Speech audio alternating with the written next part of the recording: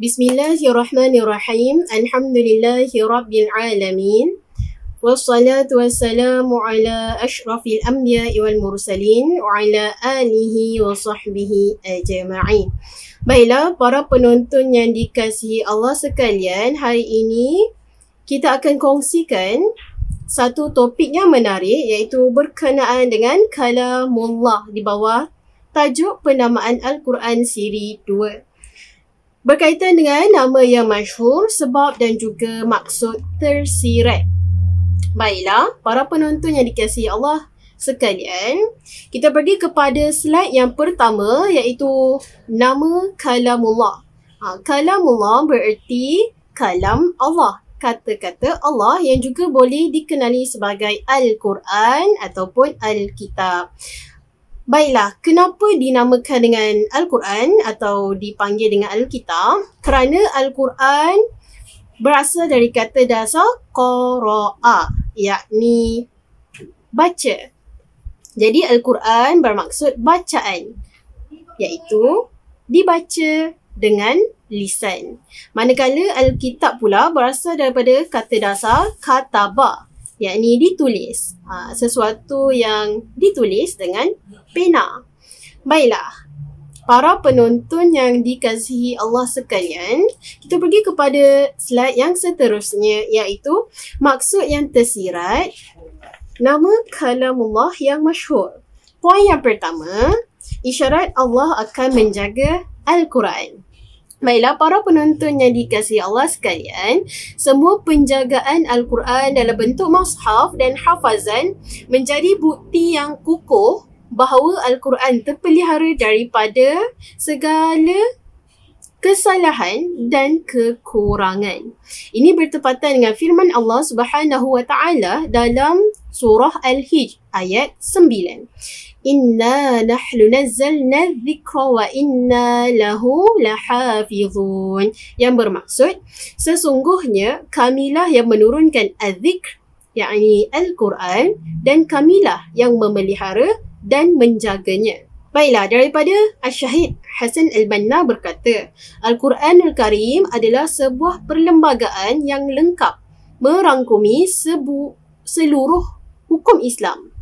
Al-Quran adalah sumber yang mencurahkan segala kebaikan dan ilmu ke dalam hati yang beriman. Al-Quran adalah alat yang terbaik untuk para ahli ibadah mendekatkan diri kepada Allah Subhanahu wa taala dengan cara membacanya. Baiklah, kita pergi kepada poin yang seterusnya. Allah akan menjaga Al-Quran di dalam dada manusia dan di dalam bentuk tulisan. Seperti mana dalam firman Allah Subhanahu wa taala dalam surah Al-Qiyamah ayat 17 dan 18, Inna alaina jam'ahu wa qur'ana fa idza qara'nahu fattabi' qur'anah. Maksudnya, sesungguhnya atas tanggungan kamilah mengumpulkannya di dalam dadamu dan membuatmu pandai membacanya. Apabila kami telah selesai membacakannya, maka itulah bacaannya itu. Para penonton yang dikasihi Allah sekalian, kita pergi kepada poin yang seterusnya. Baiklah, kedua-duanya akan saling mengingatkan jika terdapat kekeliruan. Al-Quran pada asasnya adalah bacaan dan bukan tulisan. Turunnya wahyu, penyampaiannya, periwayatannya dilakukan secara lisan dan hafazan dan bukannya tulisan. Apa yang dimaksudkan dengan membaca Al-Quran pada zaman dahulu adalah membaca daripada hafazan, dan tulisan hanyalah wasilah semata-mata. Ini kerana ayat-ayat Al-Quran dijadikan tulisan di atas tulang belulang, kulit haiwan dan lain-lain berdasarkan hafazan daripada memori seorang mukri. Tradisi periwayatan melalui hafazan dengan isnad yang mutawatir ini diwarisi turun-temurun telah terbukti menjamin keaslian Al-Quran itu sendiri. Masalah orientalis seperti pada masa kini ialah melihat Al-Quran sebagai teks, bukannya sebagai hafazan yang dibaca. Inilah menyebabkan mereka cenderung untuk menerapkan beberapa metodologi yang sama untuk mengkritik Bible, iaitu kritikan sejarah, kritikan sumber, kritikan bentuk dan kritikan teks.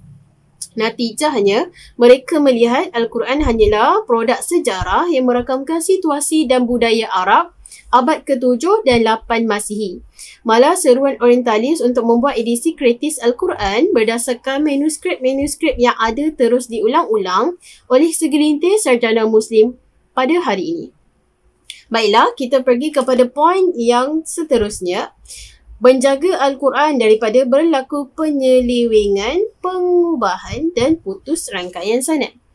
Baiklah, para penonton yang dikasihi Allah sekalian, Al-Quran juga dicatat dengan menggunakan tulisan.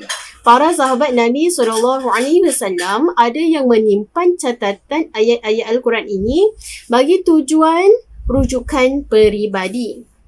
Pada catatan itu juga terdapat komentar, huraian dan lain-lain penambahan untuk pemahaman sendiri.